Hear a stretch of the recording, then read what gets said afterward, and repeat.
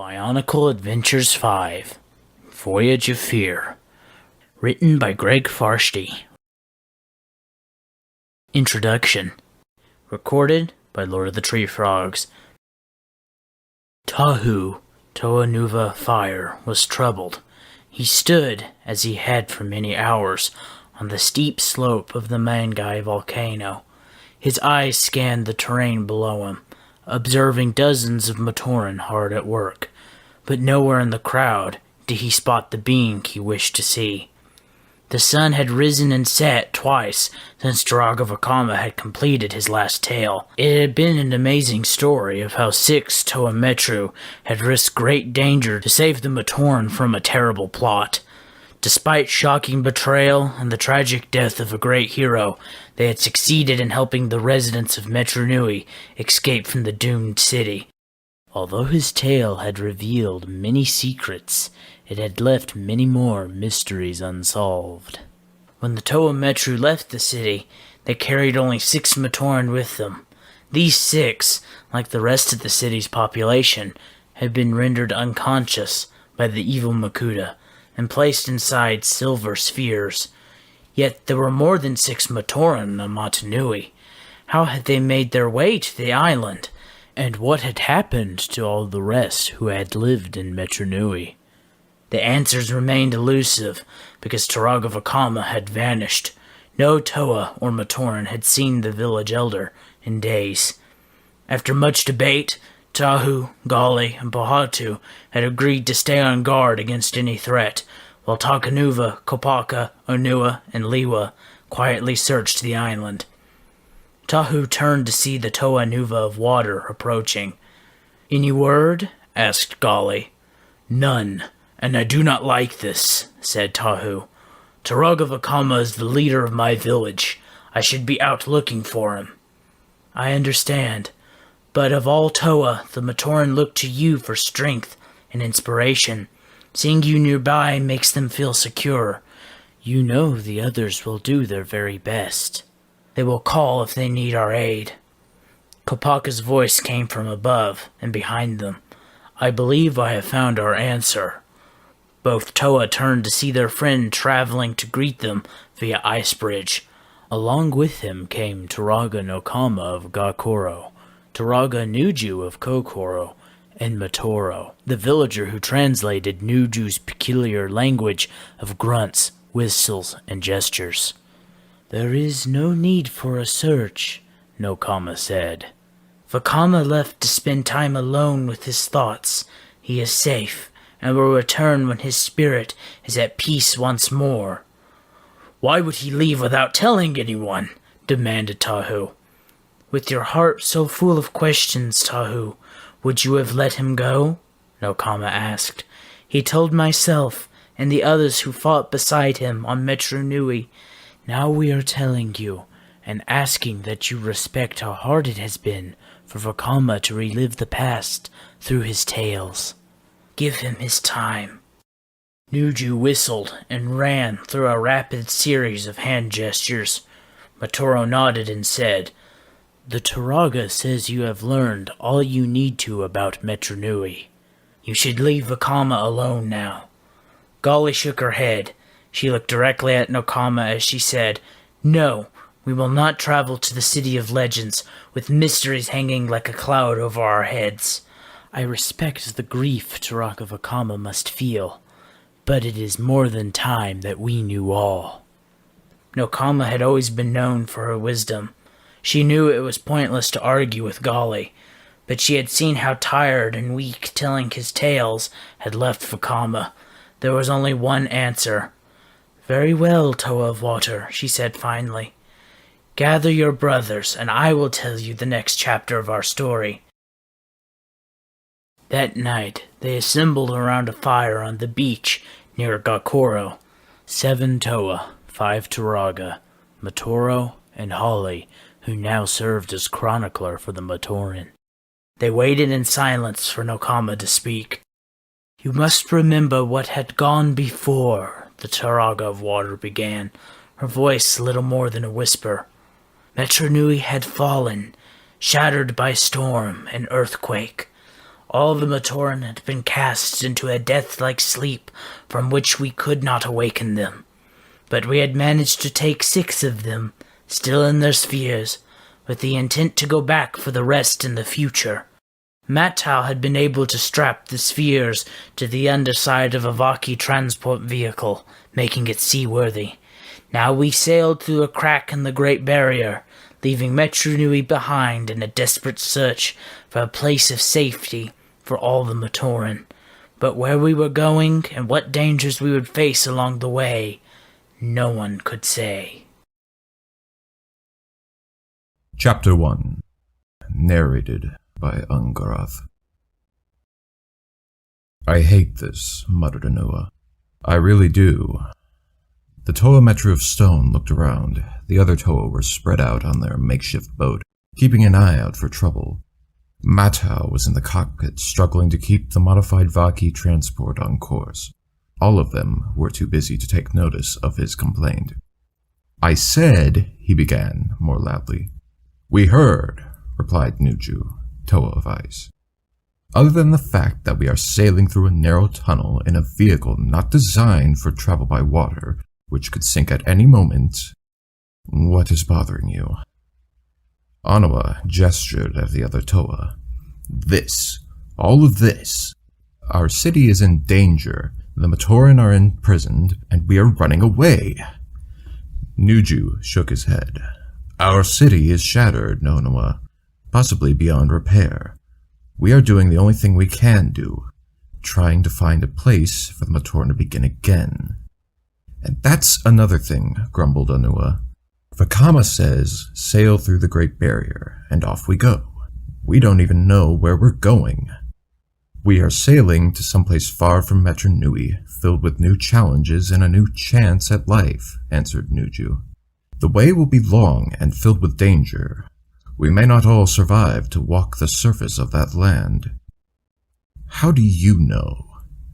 The same way I know that you will not stop complaining until our voyage is over, said Nuju.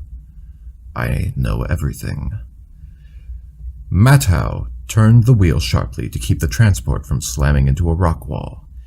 Even with the spears keeping it buoyant in the insect-like legs of the vehicle acting as oars, this thing floated about as well as the average Po Matoran. He had driven just about every kind of transport there was in Metru Nui at one time or another, but never anything that felt like such a disaster waiting to happen. Still, what choice did they have? They had defeated Makuta, just barely, but not before he had succeeded in draining the city's power plant of all energy. Tremors were rocking Metru Nui, bringing down buildings and chutes. Vaki order enforcement squads were all over, still trying to fulfill their last orders. Stop the Toa at all costs. Given all that, there really hadn't been time to stop off in Ga Metru for a proper boat. Be a Toa hero, I said, Matau thought. See exciting new places, quick save others, almost get crushed by a giant plant and hard stomped by dark hunters. What was I thinking? Wanua, Toa of Earth, had not spoken a word since the boat sailed through the Great Barrier and into the tunnel. Ordinarily, he would have been consumed by questions. Who had made this tunnel? Where did it lead? Were the light stones that provided illumination a natural part of the rock walls, or had someone embedded them there? Archivists were always asking why. That was part of their job. Becoming a Toa Metru had not dulled that part of Wanua. In fact, it was memories of his past life that weighed on him. The archives were behind him now, having suffered who knew how much damage in the earthquake. Exhibits might have been wrecked, or worse, their contents set free. Having spent most of his life as an Onu Matoran, he knew his duty was to preserve and protect the living museum of Metru Nui. But as a Toa Metru, he had a greater obligation now. He had to serve and defend all the Metru, not just his home. His friends were depending on him, and the sleeping Matoran were as well. But when he turned his eyes back toward the tunnel entrance, He could not help but wish that he had been in the archives when the disaster struck. "That is where I belong," he said to himself. Vakama, too, had been quiet since the journey began. He stood at the bow of the vessel, watching for dangers ahead. Nakama stood beside him, looking with wonder at their surroundings. "Have you ever pondered who built all this, Vakama?" she asked. "The Great Barrier, this tunnel. Were there Matoran in the dim past who constructed these things, or did the great beings themselves create them?" When Vakama didn't reply, she turned to look at him. There was a look in his eyes she had come to know all too well in their adventures together. No enemy could strike harder at Vakama than he struck at himself. "We did all we could," the Toa of Water said gently. "We saved those we could save, Vakama, and one day we will save all the rest. Toa Likan was proud of you." Vakama started at the mention of the Toa's name.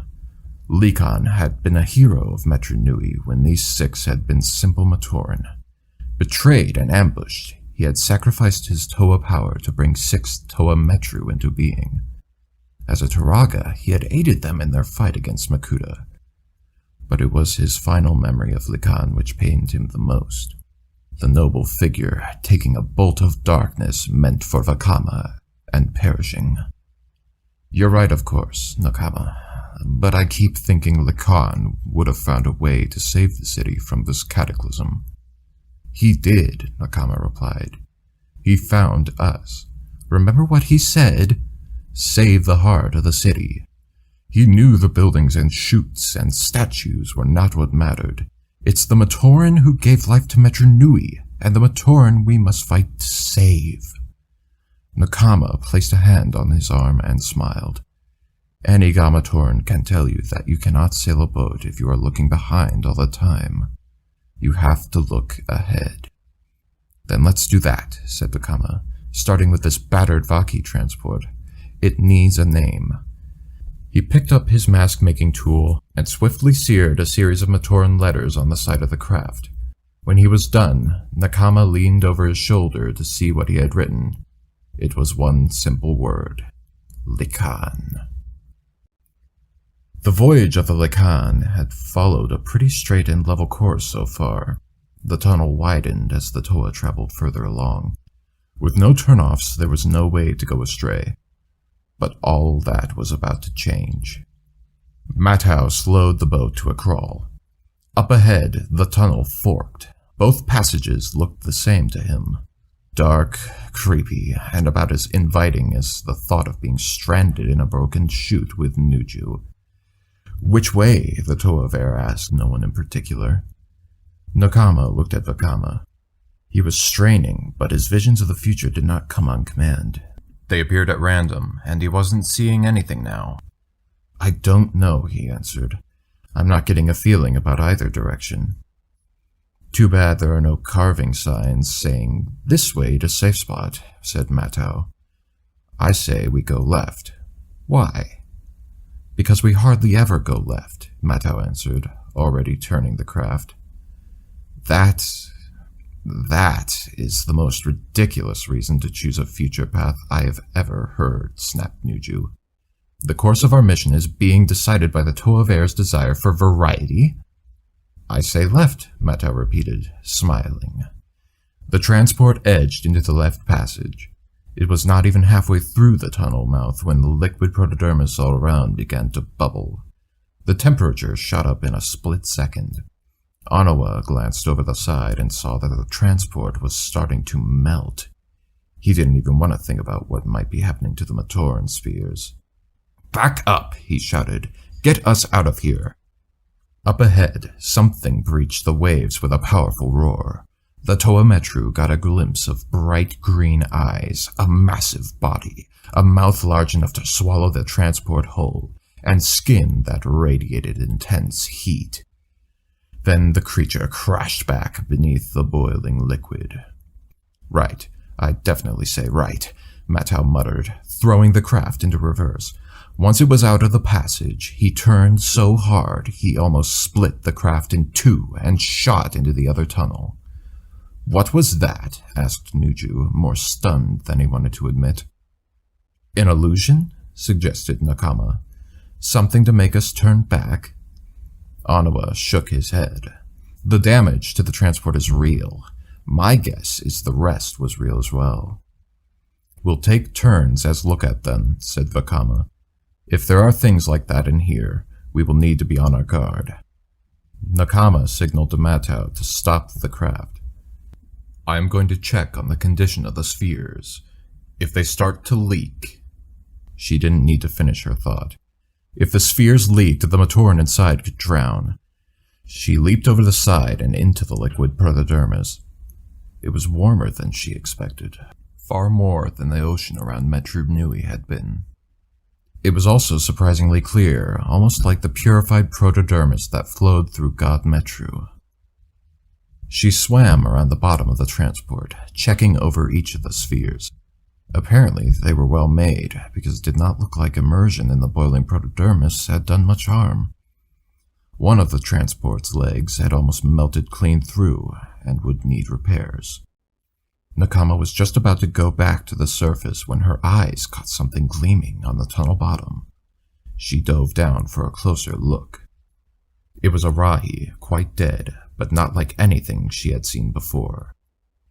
Long and serpent-like, its body measured a good 65 feet in length by her estimation. Its tail was covered in spikes that measured a good 3 feet long. Even in death, it gave off an aura of amazing strength. What was this creature, she thought, as she swam rapidly for the transport? And more importantly, what would have the power to kill it? Have we escaped the dangers of Metru Nui only to find something far worse? Chapter 2. Whinua turned his head slowly back and forth, his mask of night vision illuminating every corner of the tunnel. There had been no further sign of any monstrous Rahi, but that did nothing to ease his mind. He knew he should share his suspicions about the two creatures, one living and one dead, encountered so far. But what if he was wrong? What if they were not the Rahi he remembered, and there was no connection to the project? Then he would not only have exposed one of the most closely guarded secrets in Toa Metru, but he would have made a fool of himself in the process. No. If I'm wrong, then my silence does no harm, he had decided. And if I'm right, I don't even want to think about it. The transport suddenly lurched with such violence that Whinua was almost thrown over the side. He turned to see Matau fighting the controls and the other Toa Metru scattered like firefly bugs in a stiff wind. "What in Metru Nui's name are you trying to do?" "We have to go back," Matau replied, as if it were the most obvious thing in the world. "We belong back in the city, doing our jobs. Hang on tight." The transport lurched again as Matau tried to force it into a U-turn in too narrow a space. Whinua recognized the toneless quality of the Toa of Air's voice, as well as the undercurrent of conviction that he was absolutely doing the right thing. Whinua glanced up, the light from his mask playing across the ceiling. That's when he saw them. "Vaki!" he shouted, pointing up. A squad of 7 Nurak, the Toa Metru Order enforcers, were hovering just below the tunnel roof. Their staffs of command were deployed. One had already hit Matau with a blast, turning him into their obedient tool. Nuju fired a stream of ice at Matau. In a flash, the Toa of Air's arms were pinned to his sides. That left the transport with no driver as it spun in rapid circles. Nakama ran, flipped, and landed beside Matau to take over the controls. With no more reason to conceal themselves, the Vaki let loose with stun blasts. The Toa countered, Nuju using his elemental powers to create ice mirrors and reflect the energy bolts. Vakama tossed a spread of fireballs to give himself some cover. Then he rammed a low-power Kanoka disc into his launcher and fired. The disc struck one of the Vaki head-on, immediately triggering the disc's reconstitutes at random power. As Vakama hoped, it scrambled the clockwork mechanisms inside of the Vaki, sending the Enforcer into an uncontrolled plunge beneath the waves. Onawa reached out with his mask of mind control, but being mechanical, Vaki minds were not vulnerable to the mask's energies. "Okay, we'll do it the hard way," said the Toa of Stone. Unleashing his elemental powers, he caused stone spikes to erupt from underwater, pinning 3 Vaki to the ceiling. "Crude, but effective," said Nuju. "But can you do this?" The Toa of Ice triggered his mask of telekinesis, carrying a huge chunk of stone from the ceiling. It slammed down onto a hovering Nurok, sending the Vaki spinning out of control. The mechanical being crashed into a wall and collapsed, its works shattered. Matau had broken free of his icy bonds and was struggling with Nakama. Whinua lumbered over and grabbed the Toa of Air. "Go see your friends," he said, hurling Matau into the air. The Toa crashed into the last 2 Vaki, stunning them both. Nakama maneuvered the transport underneath Matau, and Whinua easily caught him as he fell. "There. This makes up for that time in the maintenance tunnels when you thought I let you fall," said the Toa of Earth.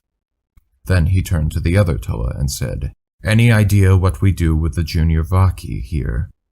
Onawa nodded. Then he triggered his mask power, reaching into the mind of Matau. As a crafter, he knew just when a hammer was needed, and when a more delicate tool would get the job done. He carefully applied the mask energies to drive out the Vaki's influence. Matau shook his head like he had just awakened from a nap. "What happened? Why aren't we moving? And, why is Whinua carrying me?" "We flipped a disc," said Onawa, "and he lost." A small figure watched the Toa sail with a mixture of curiosity and fear in his eyes. He had never seen these Toa before. Who were they? Why were they here? His expression grew grim, for he could already guess the answers to those questions. Their fight with the Vaki had not fooled him. These 6, whoever they might be, must have been sent by the city of Metru Nui, and they could only have come on such a dangerous journey for one reason: to capture him. They might even intend harm for his friends. Yes, of course. After all this time, no one had forgiven or forgotten. They were hunting him and the others again, and would keep on doing so until they were stopped. "I just want to be left alone," he thought. "I didn't want to harm anyone. But they don't understand." No, it's not that they don't. They refuse to understand. He turned away and slipped into a narrow crevice, beginning the long journey home. Dark thoughts swirled in his brain, and from them a complex plan sprang. "I will make them understand," he vowed. "If I have to send their Toa back to them, crushed and defeated, to do it, then so it will be." "Are you certain about this?" asked Nuju. Nakama stood at the bow of their vessel, preparing to dive in the river. She had pulled Nuju aside a few moments before, and whispered to him her intention of scouting ahead. Now the Toa of Ice looked at her with concern. "I realize I am the last person you would expect to call for all of us to stay together," said Nuju. "But we are facing completely unknown dangers here." "You're absolutely right," Nakama replied. After a pause, she added, "You are the last person I would expect to suggest that. Are you sure you're Nuju and not another shape-shifting Rahi?" Nuju didn't crack a smile. Nakama shrugged. "I won't be gone long. The others probably won't even notice. I just wanted someone to know, in case." "Yes," said Nuju, "in case." Without another word, Nakama dove into the water and swam away. He stared after her for a long time. Nakama plunged beneath the murky river. Although she did not have Whinua's night vision power, her eyes had become used to piercing the darkness underwater. She swam slowly, looking right and left for any sign of danger. The river teemed with little fish and some larger predators, but nothing of a size that would threaten a Toa. They seemed more frightened of her than anything else. She had expected more of the monsters that had appeared earlier, but so far this waterway seemed about as dangerous as the Archive's aquarium. She surfaced to grab a breath of air. That was when she noticed the carvings in the wall of the tunnel. The action of the waters over time had worn them away to the point where they could not be read, so there was no way to be certain when they were made or why. But that still left the question, who had done this? Had someone else from Metru Nui made it through the Great Barrier in the past? Or did some other beings live in the world beyond, and this carving was their handiwork? She went back beneath the surface, this time looking for other carvings. Instead, she spotted what looked like a loose rock in the wall. On closer examination, she found that the stone was not only loose, but it was not even a natural part of the wall. Its edges were smooth, as if it had been carved in Toa Metru. Another of the same was fitted on top of it, and another, and another. Her eyes followed them up the side of the wall to the ceiling. Their rocks were holding a much larger slab in place, but if they were to become dislodged... Someone rigged this, she realized. Replaced the stones in the wall with these so that the slab could be brought down on anyone journeying this way. But why? And who knows how many other such traps there might be? She turned and swam as fast as she could toward the Likan. The other Toa had to be warned. We are not alone here. Nuju still stood, watching for Nakama. Now and then he would create a small shower of ice crystals and toss them into the water. She had been gone too long. He would give her a minute more and then tell the others they had to launch a search. The transport lurched, swinging violently to the right. Nuju turned and saw Matau angrily striking the wheel and muttering to himself. "What's the matter?" "It won't go," growled Matau. "Everything is working, but it is not swim speeding." "Nakama understands watercraft better than any of us," said Vakama. "Where is she?" "She went for a swim," Nuju replied. Before the others could question him further, he said, "I will dive and check. Perhaps we are snagged on something." Nuju was not, in fact, that much bigger a fan of water than were Matau and Anawa. But he preferred a swim in the river to having to explain where Nakama had gone and why he had not informed the others. He wasn't sure himself why he had respected her wishes. But she had earned his respect, which was not an easy thing to do. Below the boat, he found his diagnosis had been correct. A number of the legs that acted as oars were caught by some kind of seaweed. He used an ice dagger to cut some away and his mask of telekinesis to move a bit of the rest. But more always appeared. If he was going to clear the boat, he would need help.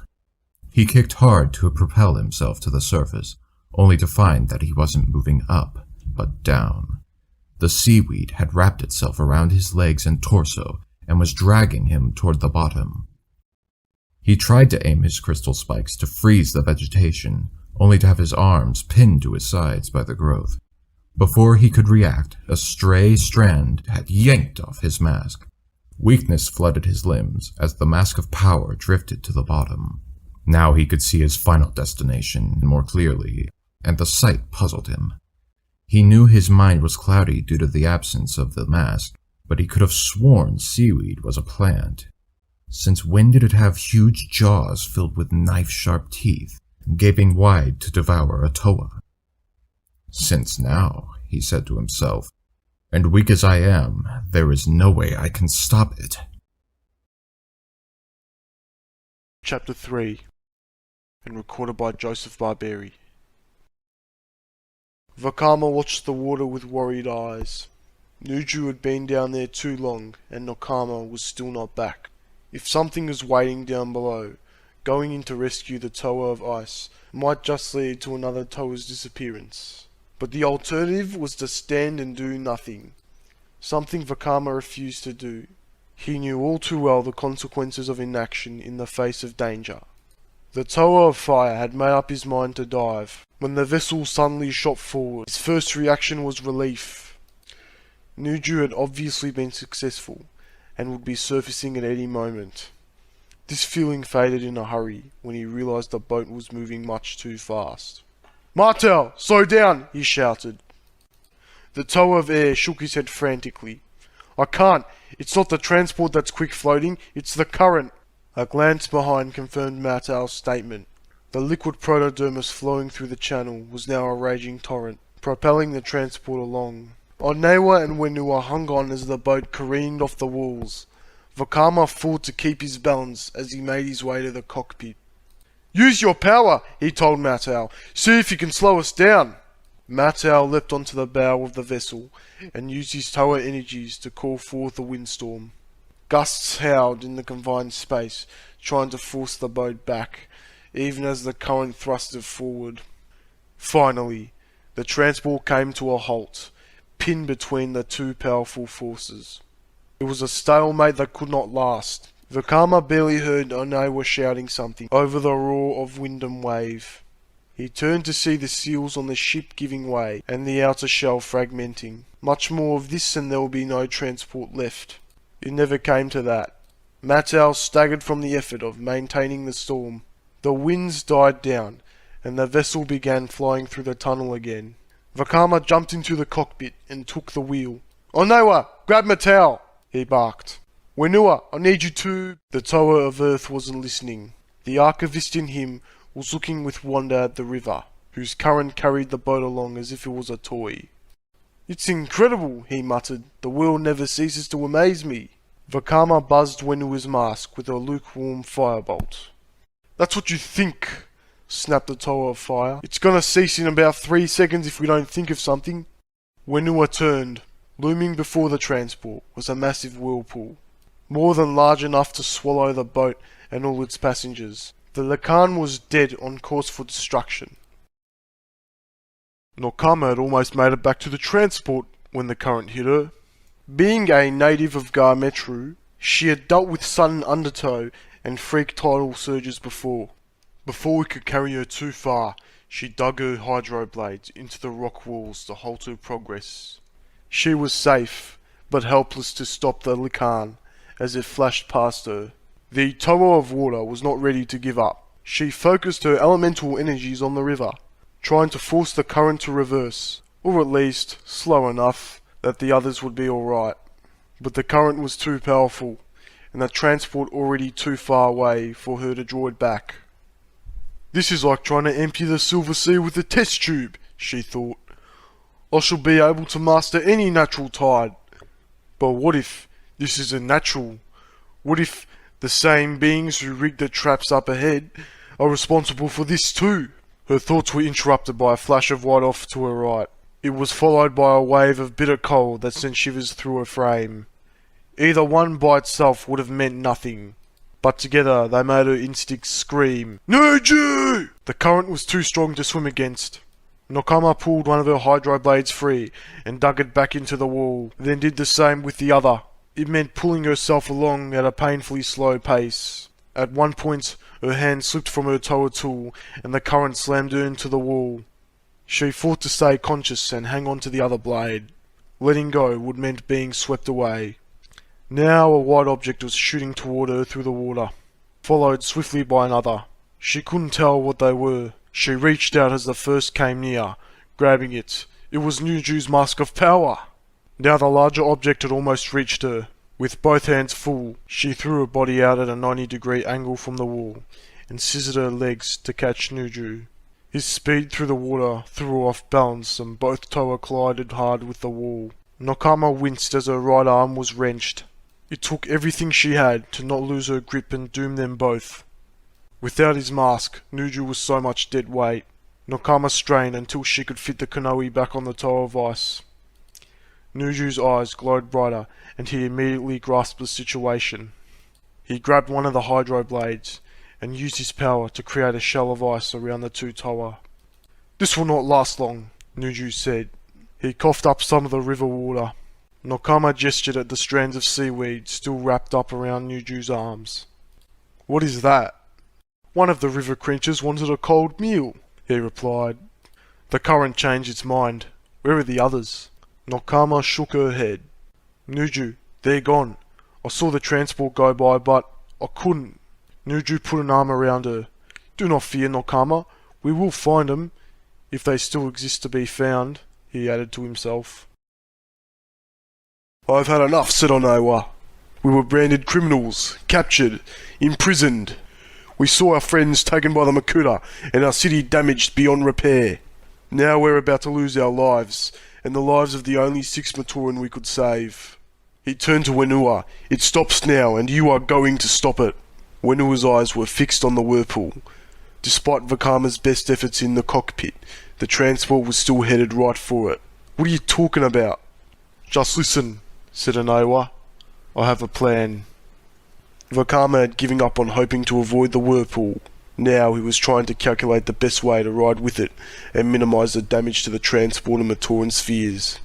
If the craft shattered, maybe they could still salvage most, if not all, the spheres before they were lost. Then he saw something rising from the water. Before his mind could even register what it was, the transport had struck the object and was flying through the air. The whirlpool passed beneath, and then the transport dove, its momentum spent. It plunged bow first into the river, the water swamping the deck.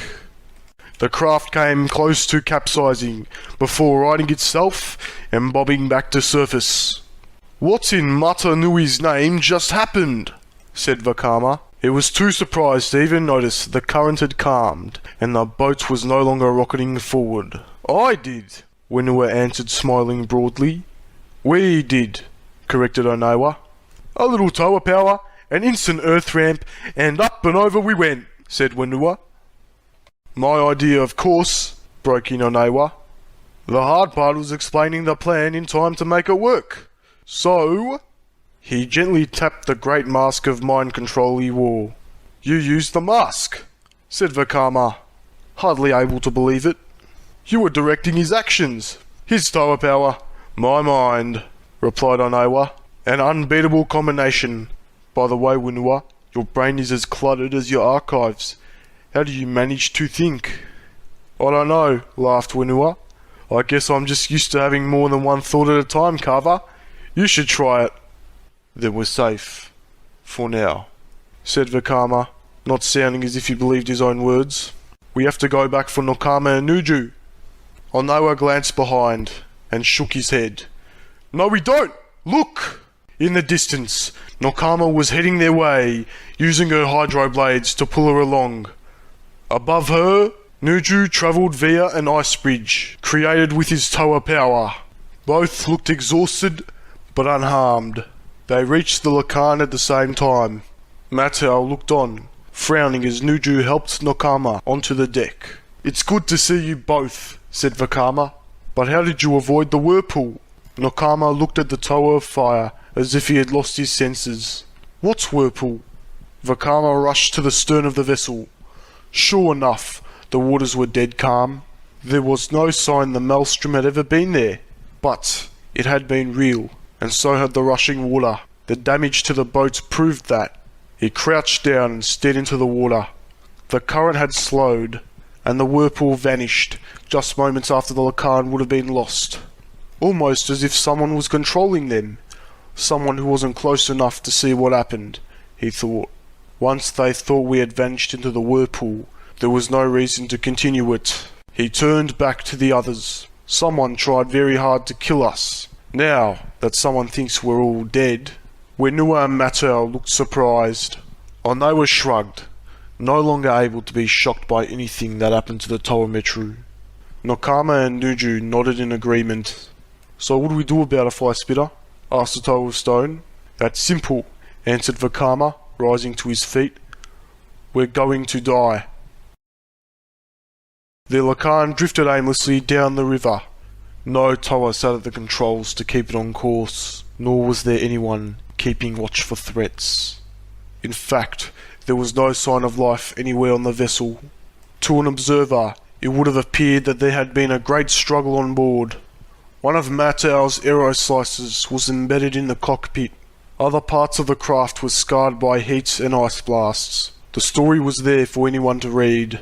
Some great force had overwhelmed the Toa Metru and swept them away, no doubt to their doom. But if that observer's eyes had been able to see through the solid walls of the transport, quite a different tale would have unfolded before him. 6 Toa Metru, huddled inside the cramped hold, listening intensely to the noises from outside. "Do you hear anything?" Nokama whispered to Vakama. The Toa of Fire shook his head frustrated. It had been certain that if it appeared he and the others had been lost in the whirlpool, their mysterious foe would reveal himself. Of course, that assumed their enemy had some use for the ship, and some need to confirm their deaths. If that wasn't the case, he could just leave the Lacan to drift. Onawa was saying something, but the words sounded like they were coming from far away. Vakama's mind had spun into another of his visions, brief glimpses of the future. Or was it the past? Monstrous Rahi, ancient when Metru Nui was young, driven from their home waters, jaws opened wide, tentacles reaching. The craft spun. They lurched violently from side to side, shocking Vakama awake. They were no longer moving forward, he realised. They were going down. Onawa sprang to his feet and tried the makeshift hatch, but it was stuck fast. They could all feel the change in pressure as the transport sunk rapidly. Nokama used her power to summon an undersea wave to lift them back to the surface. But whatever force was pulling them down was too strong. A crack appeared in the hull beside Nuju. River water began to leak slowly in, rapidly joined by other leaks in other portions of the hold. Already the liquid was up to the Toa's ankles and rising. "Vakama! Burn a hole in the hull," said Nokama. "We have to get out of here." "If I do that, the Lacan is lost," Vakama replied. "And so are 6 Matoran spheres. There has to be another option." The transport shuddered violently as it struck the bottom of the waterway. The Toa Metru scrambled to hang on to something to keep from being slammed around the hold. The hull of the craft groaned as the increased water pressure threatened to cave it in. "Don't look now, Toa of Fire," said Onawa, "but I think we just ran out of options." The octopoid beast that held the Lacan in its grasp carefully examined its catch. This strange thing did not belong here, so it had to be stopped. But now that the Rahi had the hard object, it was not sure what next to do. This thing did not live or breathe. It was not food. It had not even provided support by trying to get away. The Rahi's dim brain realised that this catch was of no use at all. Still, if allowed to escape, it might be an obstacle in the future. Better to avoid that by destroying it now.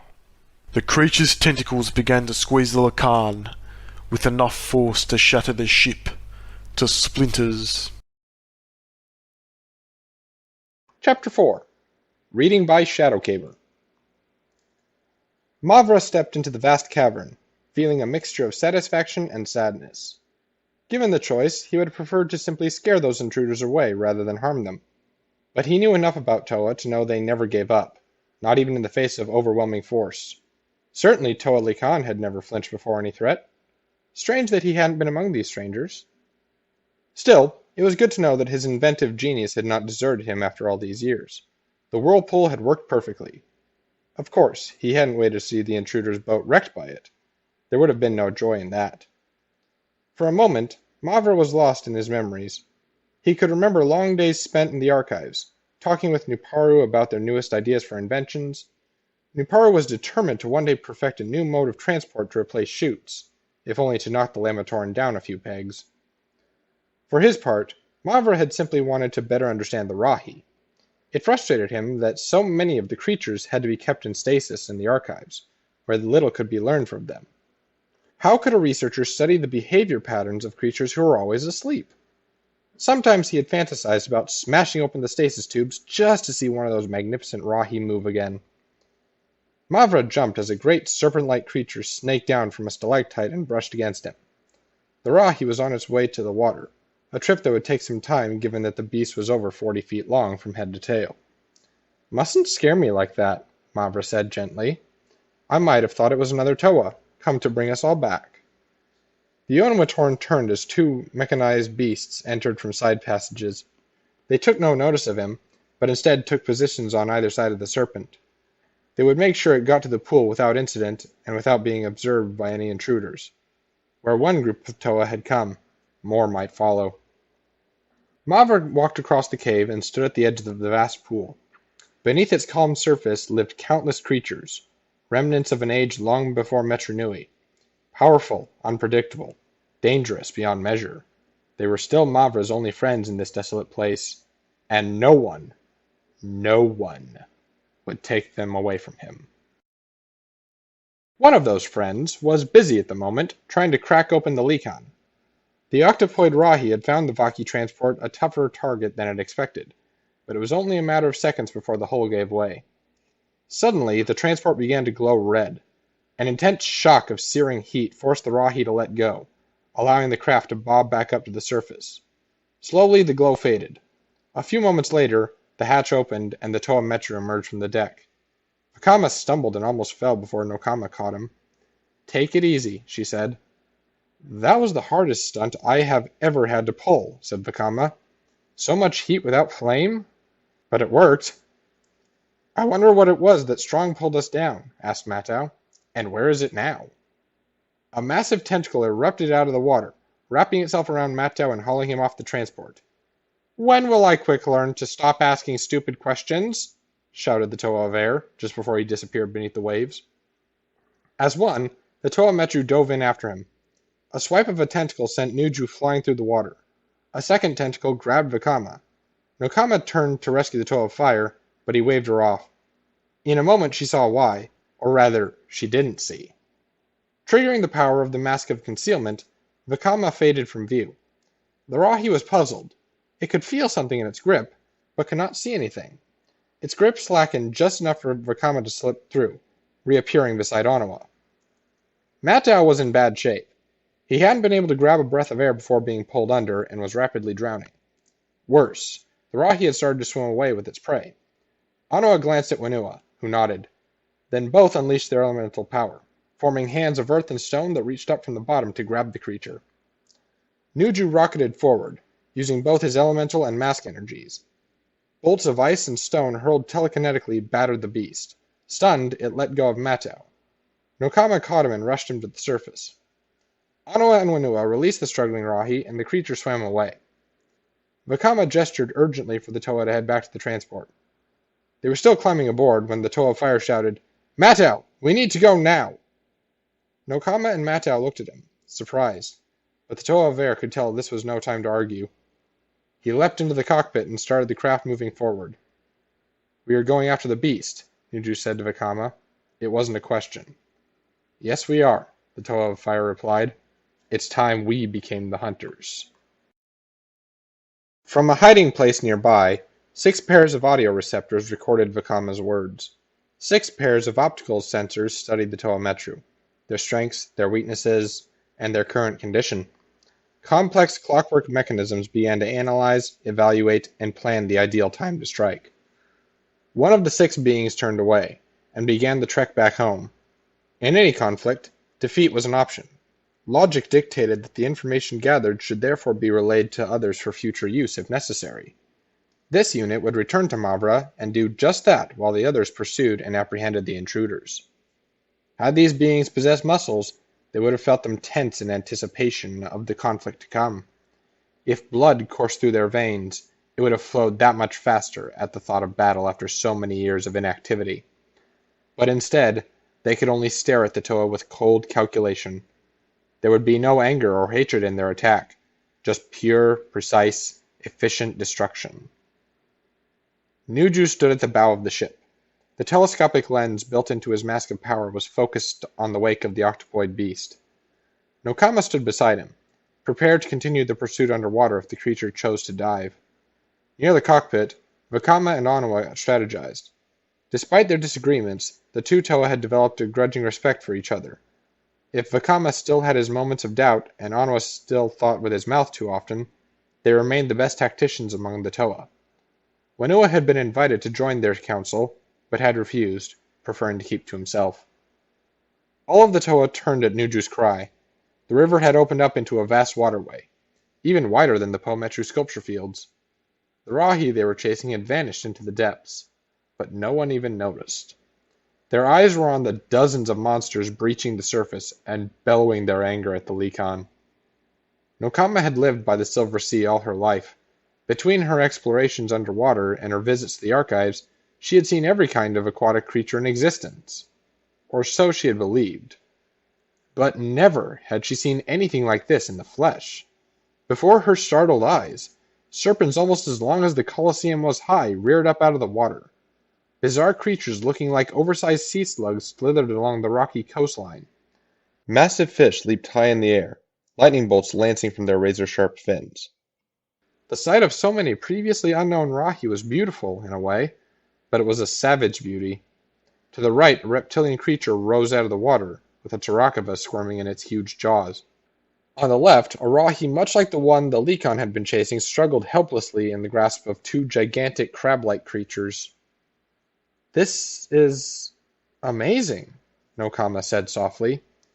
"This is insane," replied Nuju. "You're both wrong," said Whenua. This is a disaster."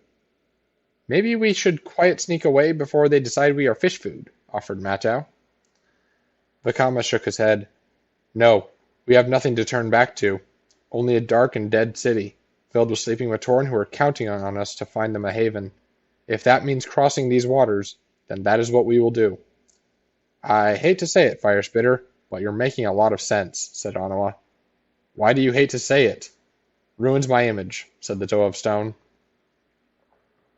Mavra watched the mechanized crawlies approach. He knew it wouldn't have returned alone unless it had news, most likely bad news. As a Matoran, it was hard for him to see the machine creature without a trace of fear. Long before the Vaki enforcers were put into operation in Metru Nui, the responsibility for law enforcement fell on the shoulders of the crawly. They were well equipped for the task. Their stinger-like tails were capable of projecting a force bubble around a target.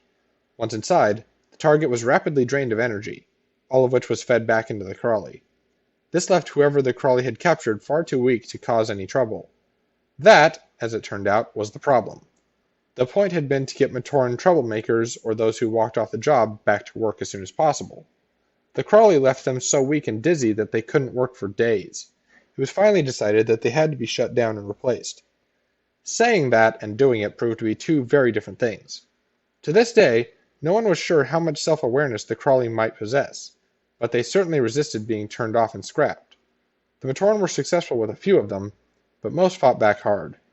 With the help of the newly built Vaki, the Matoran achieved a victory of sorts by driving the crawly out of the city. No one knew or cared where they had disappeared to, as long as they were gone. Mavra had been terrified the day he stumbled upon them, sure they would attack and force him back to the city. But the crawly had made no threatening moves. Over time, Mavra realized that their primary purpose, to serve and protect Matoran, was still in force. As long as he did not make any effort to harm them or turn them off, they were perfectly willing to accept and serve him. Now the crawly paused in front of him. When it spoke, it was with the recorded voice of one of the Toa. "It's time we became the hunters." Then the machine waited for a response.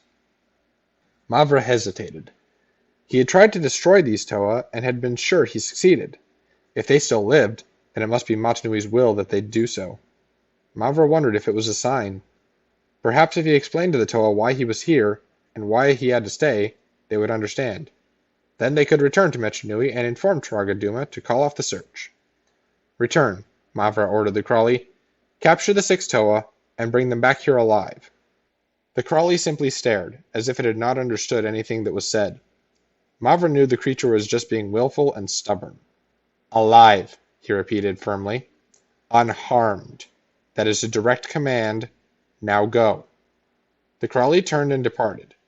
Mavra thought he detected something in the way it moved, but he dismissed the idea. A crawly is just a machine, he reminded himself.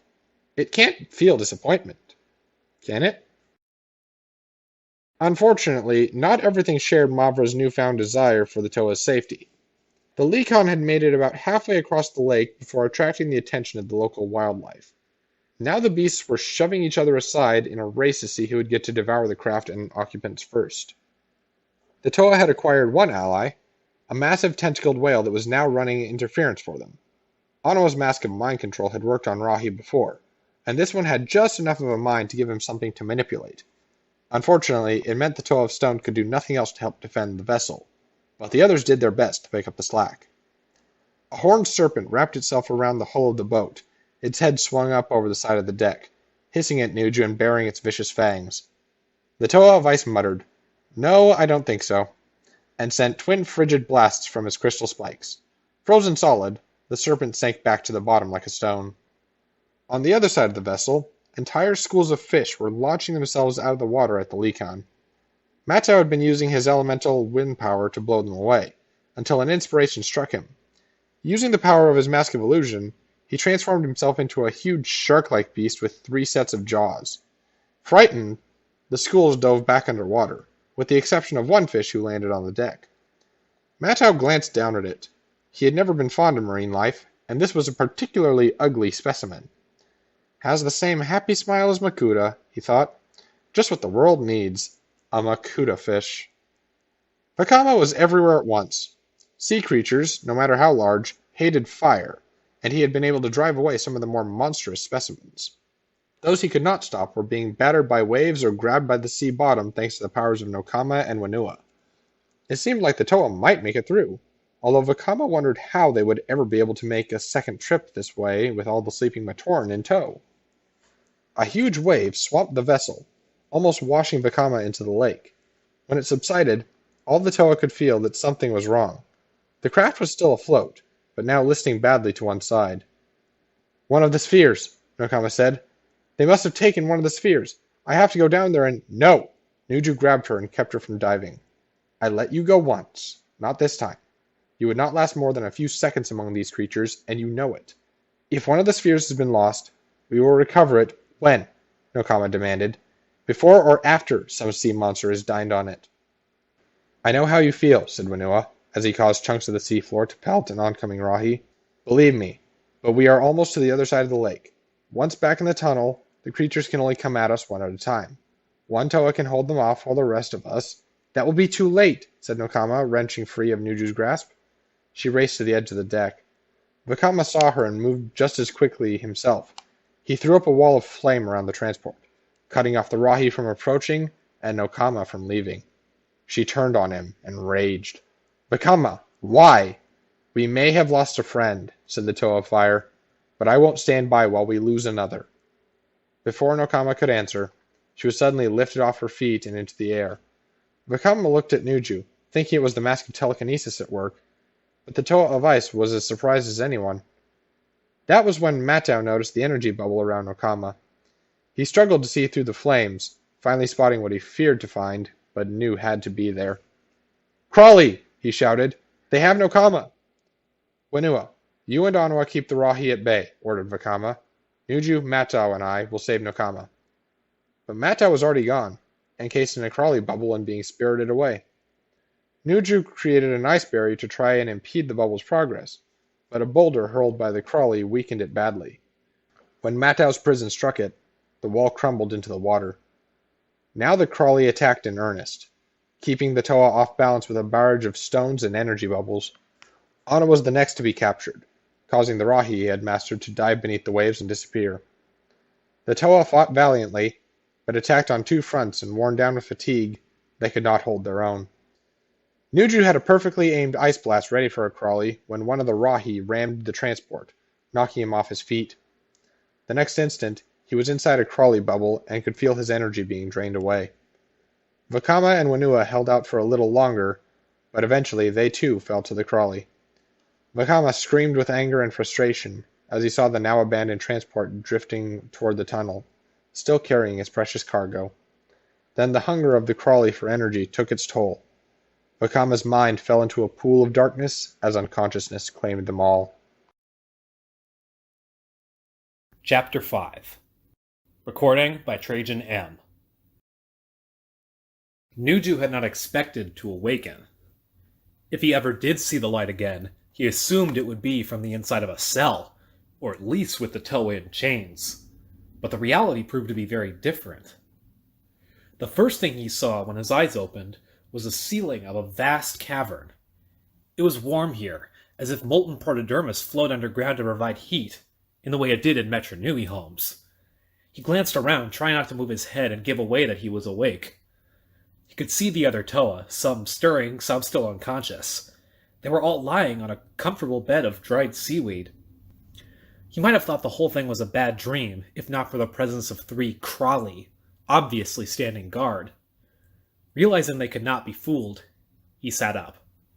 His mechanical parts were undamaged, but his biological components ached badly. It would take time to recover from the crawly's energy drain. The other Toa were now fully awake. Vakama started to get to his feet, but as soon as he did so, one of the crawly took a step forward. When the Toa fire sat back down, the Guardian returned to its original spot. "I guess we won't be going for any walks," said Anawa. "Crawly.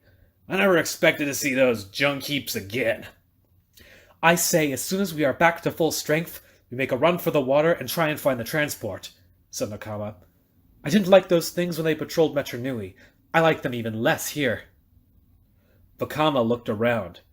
Amphibious rahi of enormous size crawled and slithered around the cave, but they all stayed well away from the crawly. It made no sense. Why would these creatures fear and obey mechanical beings? And why would the crawly wish to control rahi in the first place? What were they even doing here? Whinua spotted a small figure coming toward them from the other end of the cave. Walking by his side was a medium-sized rahi that looked like a cross between a lizard and a kavanika, wolf-like creatures from Toa Metru. The Toa paid little attention to the beast, though. His eyes were focused on the too familiar Matoran approaching. "You mustn't let my friends worry you," Mavra said as he got closer. "They're just here to make sure you remain reasonable." "We're always reasonable," Anawa shot back. "In fact, I can think of a bunch of reasons to turn you into a rock garden." Nakama gestured for Anawa to keep silent, and said, "Who are you? Why have you brought us here? You have to let us go. Our mission is vital." Mavra chuckled. "Who am I? As if you don't know? I am aware of your mission, Toa. If that's what you really are, it's why I brought you here." Anawa reached out with his mask of mind control powers and seized hold of Mavra's thoughts. The Matoran stiffened, then said exactly what Anawa wished him to. "Then again, you are correct. I will set you free. These crawly will escort you out." The rahi at Mavra's side began to screech so loudly Anawa thought his mask would split. The crawly responded by launching weakness discs at each of the Toa. The power of the disc was enough to break Anawa's concentration and free Mavra's mind. The Matoran shook his head as if waking up from a bad dream. "You mustn't do that again. My pet here is a most unusual rahi. You see, he can sense the use of Kanohi mask powers in the same way a Kinloka rat can sense food from a distance. And, as you have now discovered, my crawly are very well trained." The Matoran smiled. "Now, let us not waste time. My rahi recovered your transport. Yes, and those shiny spheres, too. Most remarkable creations. I am prepared to return them to you if you turn around, go back the way you came, and deliver a message to Taragaduma for me." "That might be difficult," Vakama replied. "But what is the message?" "Tell him to leave me alone!" Mavra yelled, startling the Toa. There was an uncomfortable silence while the Matoran composed himself. Then he added quietly, "I am fine. The rahi are fine. We want nothing from Metru Nui, and Metru Nui should ask nothing of us." The Toa glanced at each other, none of them eager to be the one to tell the Matoran about the fate of Metru Nui. Finally, Whinua stood up. The crawly advanced automatically, but the Toa of Earth ignored them. "Mavra, in Matanui's name, stop this," he said. The other Toa looked at him, shocked. Whinua knew this crazy Matoran? Whinua took a step toward Mavra, then another. The Matoran waved the crawly off. "You are fighting a battle long over, against enemies that no longer exist," the Toa of Earth continued. "Metru Nui is no threat to you, my old friend, because Metru Nui is no more." Mavra said nothing as Whinua told his tale. He related the story of the Morbizak's attacks on the city, the transformation of 6 Matoran into Toa Metru, the betrayal of the false Duma, and the death-like sleep of all the Matoran. When he was finished, he waited for the Matoran's reaction. It wasn't long in coming, nor was it what Whinua expected. Mavra burst out laughing. "Lies," he said, "but amusing ones. We can't dropping off Toa stones like they were name-and-day gifts. Whenua of all Matoran and Toa? Interrogaduma, oh, forgive me, Makuta? As a sinister mastermind? Yes, very funny indeed. Mavra's expression suddenly darkened. The Whenua I knew was many things, but he was not a liar. That means you are not Whenua. I cannot trust you. Any of you. The Crawley advanced until they were crowding the Toa against the cavern wall. Mavra came with them, his eyes fixed on Whenua. I know there is no cell that could hold true Toa, but I'm guessing that your ship means something to you, or you would not have fought so hard to save it. Make a move to escape, or to harm me, and I will see it destroyed, along with those strange spheres. I want no trouble from the 6 of you. Mavra stopped abruptly. The Ragi by his side had begun to screech again. He examined the 5 Toa before him, and 5? He was sure there had been 6 of them. Yes, there had been 6, which meant... One of them has escaped! He shouted. He gestured toward 2 Crawley emerging from the shadows on the far side of the cave. Find him! Bring him back! The mechanical beast turned and exited through a side tunnel. Nokama watched them go, nursing hope that Vakama would manage to escape and find the transport.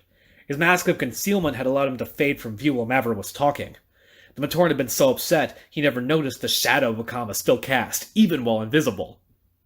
Mata Nui, if you can hear me, help Vakama, she thought. The fate of all Matoran rests with him now. The Crawley began their hunt, moving slowly and methodically through the only tunnel the stranger would logically have taken.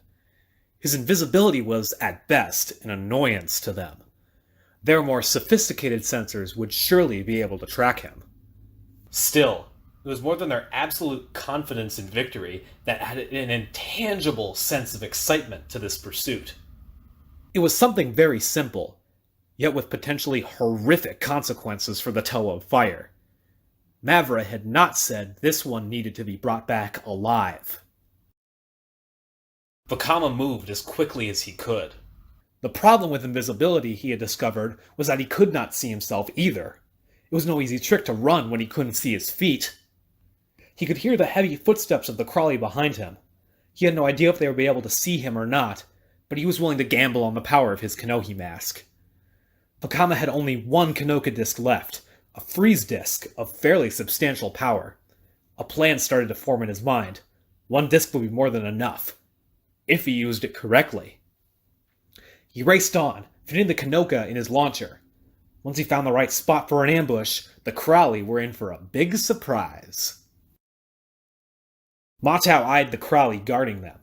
The 3 of them were standing like statues, but he knew they were primed to react to any movement. He silently calculated just what combination of flips and rolls it would take to get close to them. All he asked was the chance to put his arrow slicers to work. "How long do we wait?" he whispered. "We give Vakama 10 minutes, Honor replied. "Then we move. Nuju, Whenua, and I will distract the Crawley. You and Nokama will grab Mavra." "I never liked Onu Matoran," muttered the Toa of Ice. "I like them even less now." "Don't blame him. You don't understand," said Whenua. "There's a lot we don't understand," Onawa shot back. "But I have a feeling you do. Maybe it's time you shared?" Whenua hesitated for a long moment. Then he nodded and began to speak. Chapter 6. Whenua's Tale. Long before the Morbuzok, long before the actions of the false Duma, long before the coming of the Toa Metru, the city of Metru Nui was a place of peace and learning. Outside of the citywide Akalini tournaments in the Colosseum, the only real excitement was when Rahi beasts would appear on the outskirts. Then Toa Likan and the Vaki squads would go into action, driving off the creatures or trapping them for display in the archives. Being an experienced archivist, it was not unusual for Whenua's day to begin with the news of the latest captures. But on this particular day, the pounding on his door was more frantic. He went to open it, mouthing a silent wish that no exhibits had broken free and trashed an entire wing, again. Onapu didn't even wait for the door to be fully ajar before slipping inside. His eyes were bright with excitement and his heart light was flashing wildly. "It's amazing! You have to come see! No one knows, not even Toa Likan!" "Slow down," said Whenua. "You're talking faster than a Lee Matoran." Come see what? Were more Rahi delivered? Or did the miners find more of those Borak things? Better than that, but I can't explain. The Chief Archivist wants you, me, and Mavra there right away. Onopu dashed back outside, with a confused Wenua following along behind. The last time the Chief Archivist wanted to see him, a few dozen ice bats had escaped from their tubes and infested the administrative offices. He hoped this time the meeting would not involve nets, boxes, or anything that flew. The trip took longer than Wenua expected. Onopu led him on a winding path to the archives, through chutes that dove deep beneath the surface and emerged in sublevels with which Wenua was only barely familiar. Then it was a long hike through abandoned tunnels to another chute, this one badly in need of repair, and another steep drop to a sublevel that didn't even show up on any archives charts. Where are we? Come on, said Onopu. Wait until you see this. The two Matoran rounded a corner to behold a stunning sight. This sublevel consisted almost completely of water, and in that water were creatures out of an archivist's dream. Or nightmare. There were huge aquatic beasts, large enough to swallow a muwaka in one gulp. Nearby were monstrous crabs strong enough to crush stone in their claws. The sight of one such Rahi would have been shocking, but there were dozens and dozens of them here. Wenua did not know what to say. Onopu simply smiled. Mavra was already there, just staring at the amazing display before him. I told you, said Onopu. Even the Chief Archivist was speechless. Where did they come from? Asked Wenua. What are they? Mavra turned at the sound of voices. They appeared off the coast of Metru last night, he said. It took Metru Nui knows how many Vaki squads to herd them in here. This was the only spot in the city big enough to hold them all. Wenua watched as one of the creatures surfaced long enough to reveal a Takea shark trapped in its jaws. Then it dove again, leaving little doubt what the fate of that unlucky sea beast would be. There isn't a stasis tube big enough in all of... Wenua began. They aren't for exhibits. The three archivists turned to see Turaga Duma coming toward them. The Chief Archivist has requested, and I have granted permission for these creatures to be kept here for study. They will not be placed in stasis so that the three of you can learn from conscious specimens. All three of them thanked the Turaga. Duma waved them off. Don't thank me. This is against my better judgment. Unleashed creatures like these could destroy half the city. For that reason, this matter is to be kept a strict secret. I do not want panic in the city. Do you understand? The archivist nodded. Never before had the Turaga knowingly allowed a danger to the city to exist within its borders. It was a little frightening to realize that not only the safety of the archives, but perhaps Metru Nui itself depended on how well they did their jobs. What about Toa Likan? Asked Wenua. Surely he must know. No, answered Duma. Likan's first duty is to the safety of the city, and he cannot see beyond that. But the advancement of Matoran science requires risk. I have been convinced that there is something that can be learned from these monsters. Do not prove me wrong. A serpent that looked roughly the size of Toa Metru raised its head above the water and bellowed. The sound shook the sublevel. And Metru Nui protect us all, said Duma as he walked away. The three Onumatorans soon settled into a routine. Early each morning, they would travel together to the archives. Staying in each other's company helped them avoid talking with any other archivists who might be curious about their new project. They spent all day and most of the night observing and testing the strange sea creatures, noting down everything they could about the behavior and characteristics of the Rahi. Then they would return to their homes for an all-too-brief rest before starting all over again. Wenua and Onopu complained early and often that three Matoran were not enough to do this job well.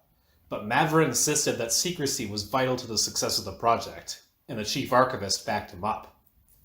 Fatigue and overwork eventually took their toll. The three Matoran began to quarrel over the slightest thing. Notes were misplaced, experiments accidentally ruined, and at one point, one of the Rahi almost slipped past both Onopu and the Vaki squad to make it back out to sea. That was enough to drive Mavra to fury. You idiot! He shouted at Onopu. Do you realize what might have happened if it escaped? He's right, Wenua said. It might have turned toward the city and harmed Matoran before it was stopped. Before it was stopped? Mavra repeated in disbelief. Before it was killed, you mean, along with our entire project. Your stupidity could have led to this Rahi's destruction, a tragic loss to science, all because you weren't paying attention. It took some time for the hard feelings left over from that incident to ease. But worse was yet to come, and this time on Whinua's watch. He had been concentrating intensely on a creature that looked something like a Tarakava, only with multiple flippers that might evolve into feet one day.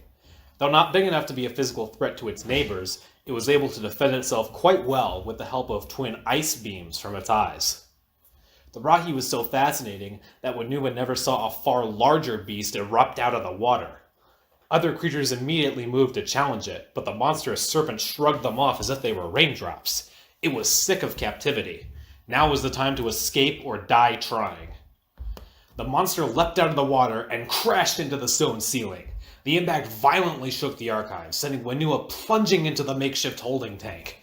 Before he could scramble back to safety, the Rahi struck again. This time, the force of the collision cracked the ceiling and shattered displays even on the uppermost levels. Whinua had his own problems at the moment. He was not a strong swimmer.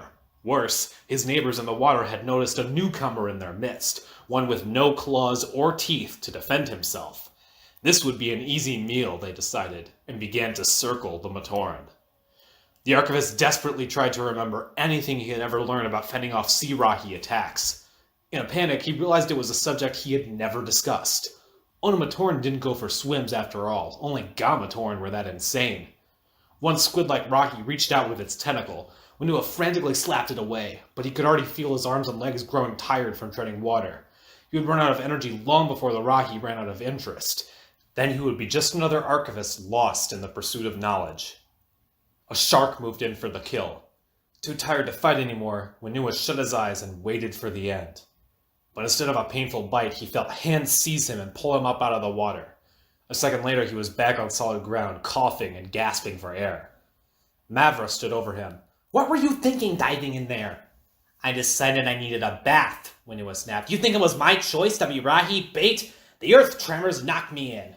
Those weren't tremors, Mavra responded grimly. One of our guests tried to escape. It's under control now, but there was a lot of damage up above. A Krawa broke free. Whinua winced.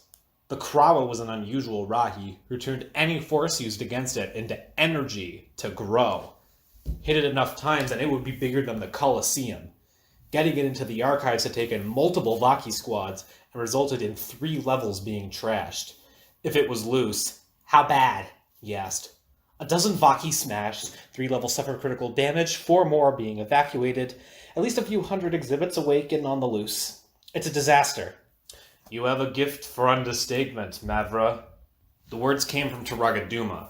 The elder was striding toward them, with the chief archivist running alongside, babbling apologies. Duma waved him away and looked directly at Mavra. This project is terminated, he said. As soon as order has been restored in the archives, the Vaki will drive these monsters back out of the city. A security zone will be established in the waters around Metru Nui. The Vaki have authorization to kill any of these Rahi who violates that zone. No! Mavra shouted. You mustn't do that! Think of the knowledge we will be losing, the potential for progress. This is not a debate, Taragaduma replied. Then in a softer tone, he added, I am sorry, Mavra. I know how much this project means to you, but I cannot jeopardize the safety of the archives or the city further. These things do not belong here. Duma turned to the chief archivist. See to it that the Vaki get any cooperation they require. I want these beasts gone by morning. That night was the longest Whinua had ever lived through. He couldn't help but thinking that if he had been paying more attention, maybe this would never have happened. Of course, he couldn't say how he would have stopped a massive Rahi who wanted out, but that was beside the point. Now the archives were half wrecked, and the project was shut down. He had tried to apologize to Mavra for his mistake, but the Matoran was too upset to speak. He just stood there, staring at the Rahi, looking like he had lost his best friends. The next morning, Whinua returned to find the archives under lockdown. Vaki Rorzak were everywhere, watching carefully as Matoran crews struggled to return Rahi to their stasis tubes. Inside, other crews used regeneration discs to repair structural damage. The sheer magnitude of the damage was staggering. He made his way down to the sublevel where the Rahi had been held. He expected to find it abandoned. Instead, it was filled with Rorzak and a very worried Chief Archivist. "They're gone," the administrator said. "All of them. Disappeared." "Wasn't that the point?" Manua asked. "You don't understand. The Rahi are gone, but the Vaki didn't take them.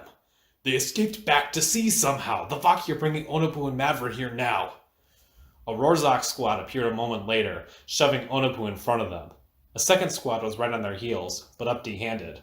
"Where's Mavra?" asked the Chief Archivist. The Vaki shrugged. Manua had no doubt they had searched Mavra's home and everywhere he might be hiding before returning to admit failure. Rorzak were nothing if not thorough. "He must be on his way then," the Chief Archivist muttered, not sounding at all convinced that was the case. "I've already spoken with the Turaga. He is sending Bordak and Rorzak to find the creatures. Of course, the important thing is that they're gone. But I think we all want to find out how and why."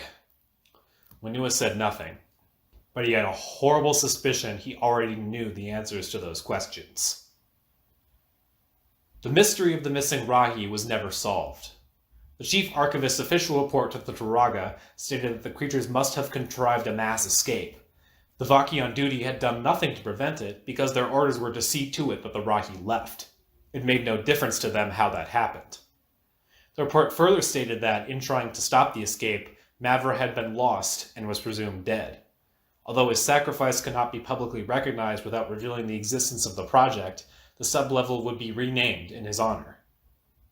Manua always suspected that Turaga Duma knew more about what happened than he had let on.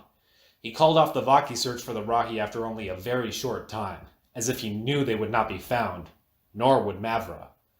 Whatever the Rorzak knew about the situation, they communicated only to the Turaga. After a while, things returned to normal in the archives. Manua and Onopu both made an effort to forget all that had gone on. It was easier to simply accept the official report and mourn for their friend. After all, the only alternative theory of what happened that night was too far-fetched to ever believe. Or so they thought. Chapter 7. Recording by Mr. Legolover55. But Mavra wasn't dead, Nokama said slowly, still trying to comprehend what she had just heard. He stole the Rahi somehow before the Vaki could move them. Then wound up here, where he stumbled on the Kralhi, Anua continued. It's a community of outcasts. Nuju turned to Anua, saying, "You knew all along. When we first encountered the beasts, you knew what they had to be." "I wasn't sure," said the Toa of Earth. "And Mavra saved my life. And he wouldn't be here if it weren't because of me. My mistake." "What's done is done," said Nokama. "But I think we should make a pact. In the future, no more secrets." Anua chuckled. "Well, we know who the most optimistic Toa is," he said. "But it's the absent one who concerns me. Where in Matanui's name is Vakama?" The Toa of Fire was asking himself the same question. He had taken so many twists and turns, he was not at all sure he could find his way back to the other Toa, but he had found a perfect spot to trap the two Kralhi on his trail. Now he was perched on a rocky ledge that afforded him a decent view of the tunnel.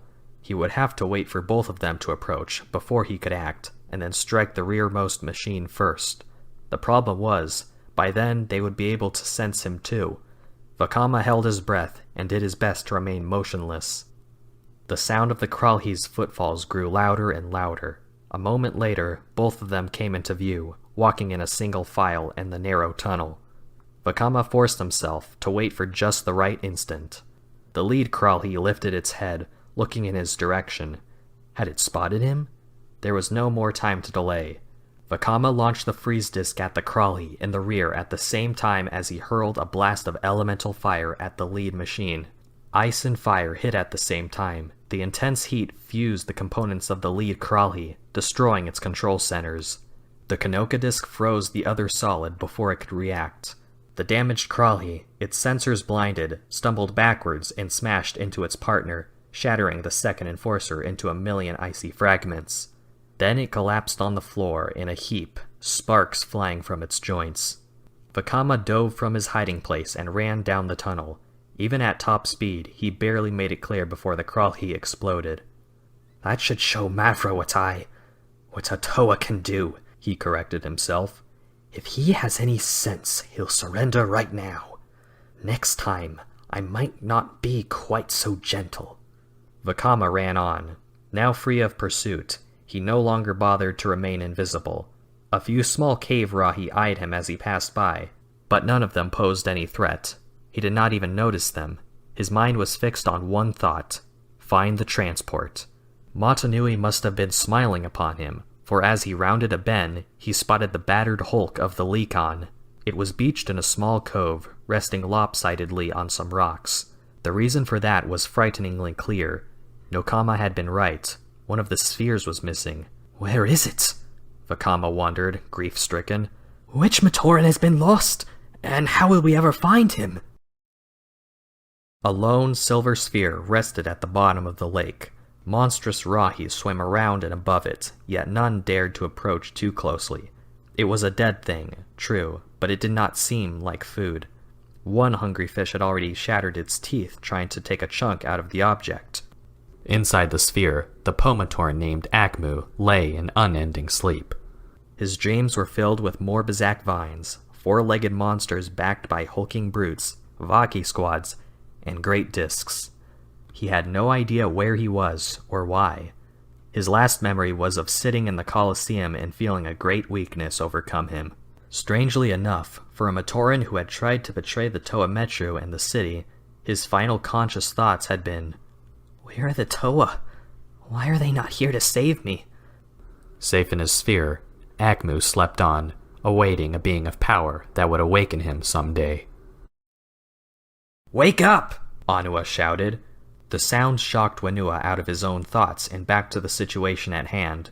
The explosion had distracted the Kralhi for an instant, long enough for the Toa Metru to make a move. Now Anua was struggling with a Kralhi's tail, trying to keep it aimed away from his friends. I could use some help here, said the Toa of Stone. Whenua shook off his worries and grabbed hold of the mechanical monstrosity.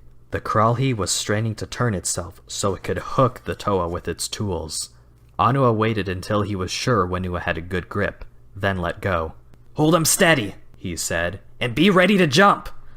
The Toa of Stone focused his elemental energies at the stone floor beneath the Kralhi's feet. At his command, the rock split apart, opening a crevice into which the Kralhi fell. Whenua barely let go in time, stumbling back from the edge of the gap.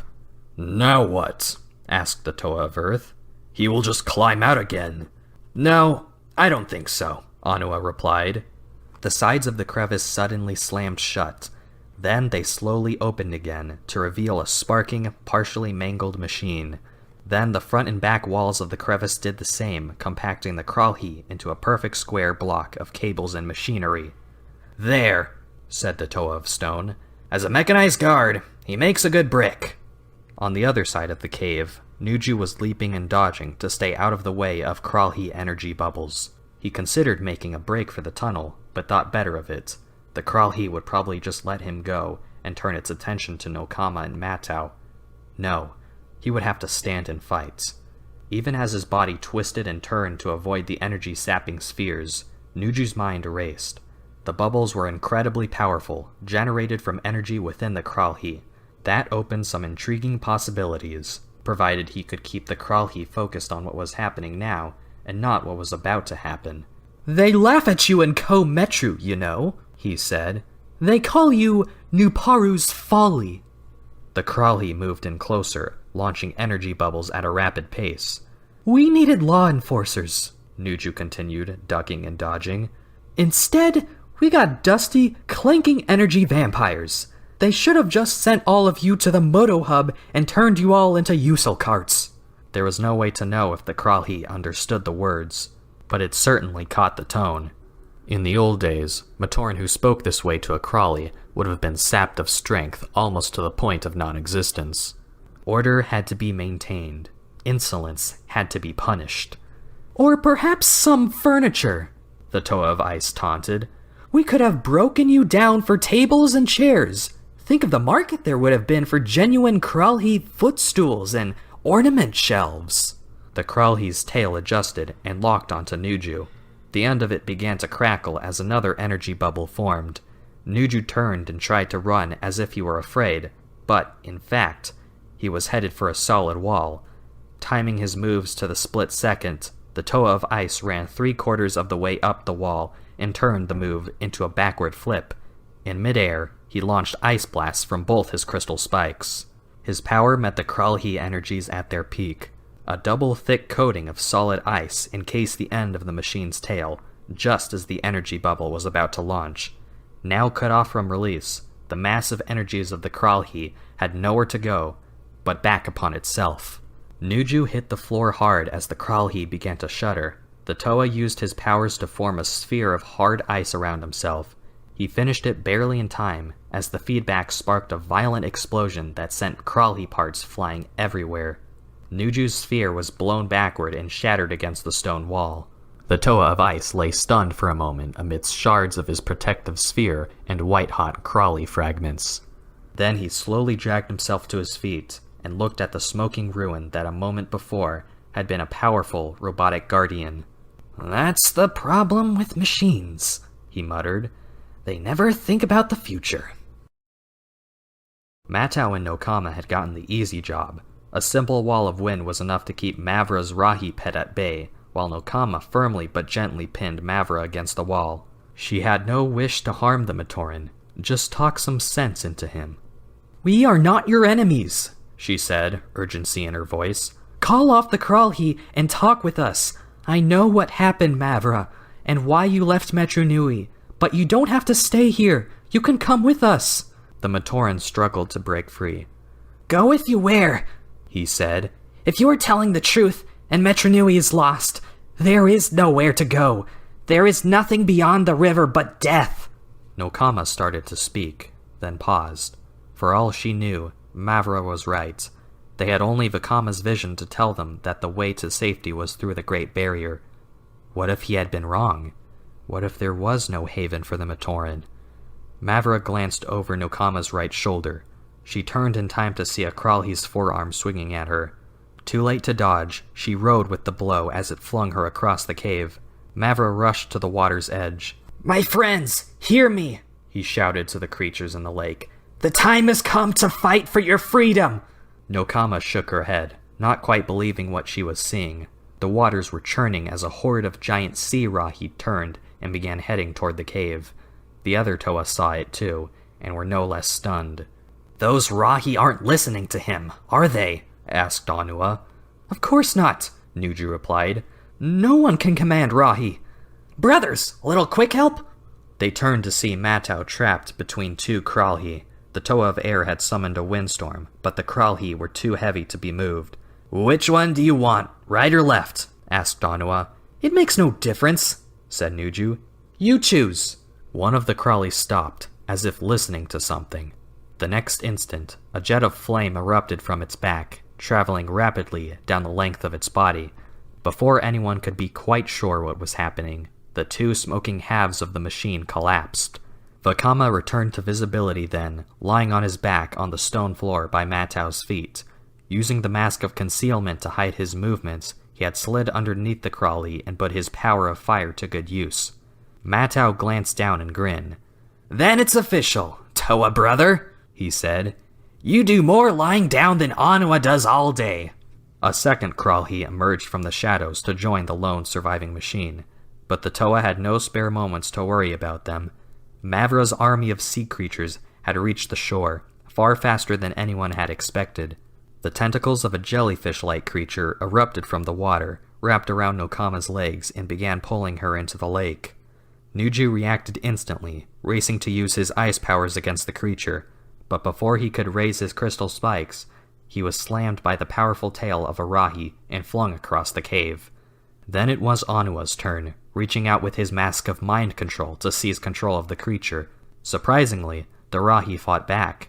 It was left to Whenua to fend off attacks aimed at the Toa of Stone, while Anua remained locked in a mental struggle with the beast.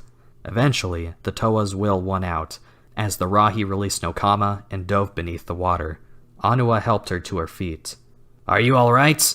Nokama nodded. "Yes, thanks to you.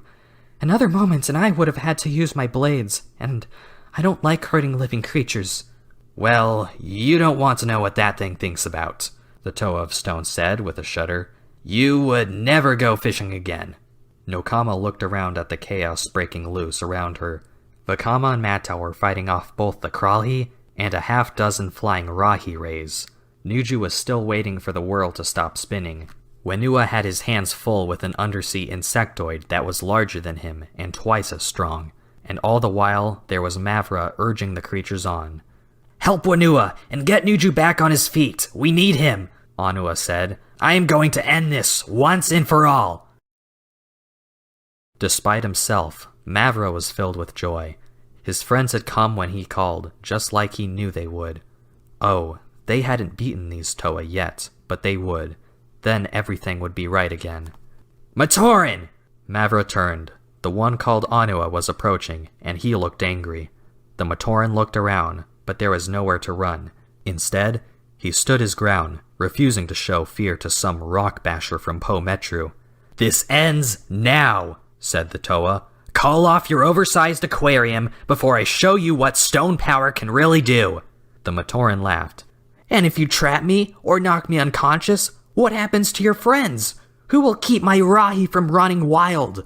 No, Anua, accept it. You cannot harm me." Anua whirled at a familiar sound, one he had hoped never to hear again. "Maybe I can't, Mavra," he said, "but they can." The Matoran looked up. 15 Vaki Vorzak had appeared above the lake, staffs of erasure at the ready, pausing while they decided whether to attack the Rahi or the Toa first. It was the sort of choice a Vaki loved. A sea creature rammed the base of the rocky ledge on which Anua and Mavra stood. The Matoran fell backward into the cave, while Anua pitched forward and hit the water. It was only after he was under the waves that he remembered that stone does not float. It sinks. Chapter 8. Anua lay on the bottom of the lake. He had already taken a mouthful of water, and his sluggish limbs would not allow him to rise. In his mind, he was back in Toa Metru at his carving table putting the finishing touches on a Kanohi mask. It was slow going. Every time he tapped his chisel into the mask, water gushed forth from it. Still, there was no rush. Unlike with most projects, Anua felt no sense of urgency to complete the work on this mask. Rather, he was strangely calm. Something deep inside of him was screaming that he needed to stop working and get out of there, but the voice was so faint he ignored it. After all, what could be so terribly wrong? Mavra sat up, shaking off the effects of hitting the hard stone floor. He opened his eyes, looked around, and wondered if he had lost his mind. The sights and sounds of battle surrounded him. Vorzak were challenging some of the monstrous Rahi. They had succeeded in using their stun staffs on the creatures in an effort to render them mindless, but erasing the minds of creatures that virtually had none to begin with accomplished little. The Rahi simply kept coming, knocking the startled Vorzak out of the air and then dragging them underwater. In the cave, 4 Toa Metru had formed a square, keeping their backs to each other. Elemental energies flashed as they defended themselves against Kralhi, Rahi, and Vaki. So far, no attack had gotten through to them, but they were so hard-pressed that they could not go on the offensive. Mavra's eyes widened as a Vorzak veered sharply to the left and smashed into the stone wall. Sparking wildly, it slid into the water and vanished from sight. Nearby, Vakama and Nuju worked together against a Kralhi. While Nuju iced over half the machine, Vakama made the other half glow white-hot. Whatever mechanisms the Kralhi used to compensate for extremes in temperature were rapidly fused or frozen. The machine collapsed in on itself. It was all too much. The roar of the Rahi, the crackle of the Vaki staffs, the howl of Matau's winds combined to form an overwhelming wall of sound. The Matoran winced as he saw a Vaki slam into a Rahi, stunning it senseless and sending the huge creature plunging into the water. He turned away, only to see the 4 Toa being driven back by a half-dozen Vorzak. 4? He wondered. I know Anua disappeared in the water, but where is Whenua? The Toa of Earth was wondering the same thing. He had spotted Anua falling into the water. When his comrade did not immediately resurface, Whenua dove in after him. Now he was struggling to make his way through the turbulent water and relying on his mask of night vision to light the way. Residents of Onu Metru and Po Metru did not normally form close friendships.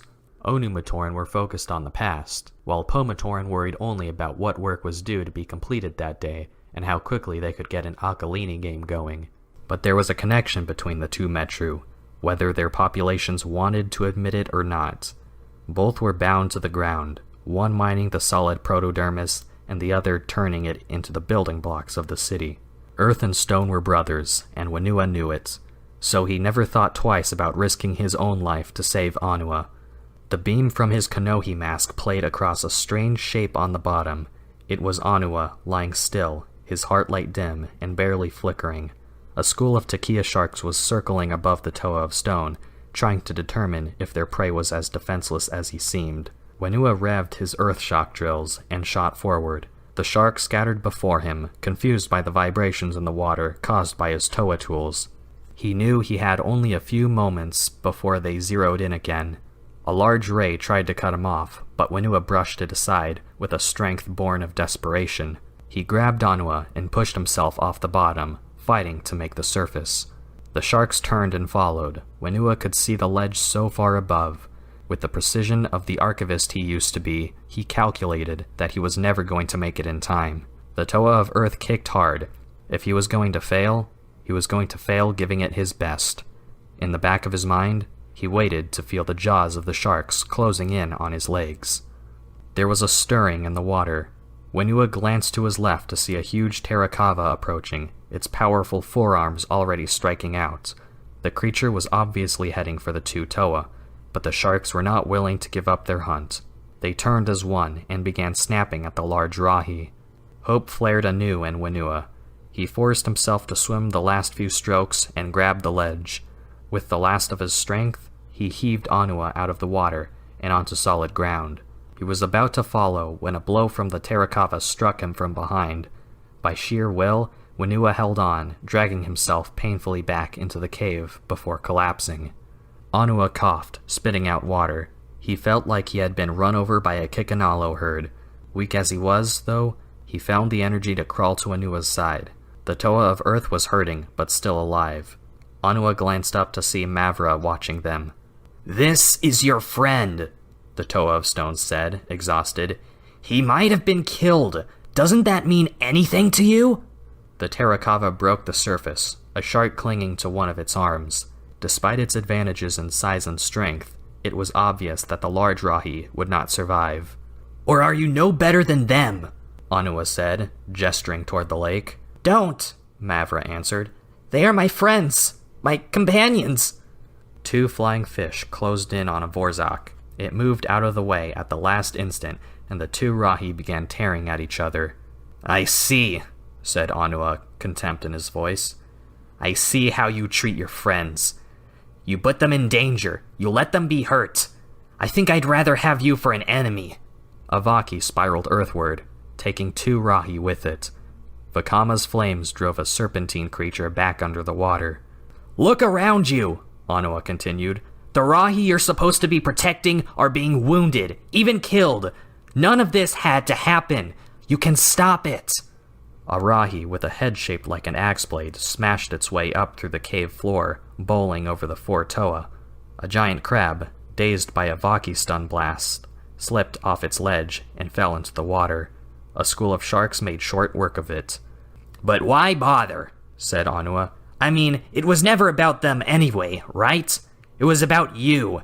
Duma was going to take your pet project away from you. No more secret passages, no more experiments, just back to the drudgery of working in the archives. So you stole them and you slipped away, figuring, what? That you would find a way to make them tame, gentle little rookie fish and return to Metru Nui as a hero of science?" The axe-headed beast tossed Matau aside like he was made of seaweed. The Rahi underwater were locked in combat with each other, churning up the lake and sending huge waves crashing into the cave. "You don't understand," Mavra said weakly.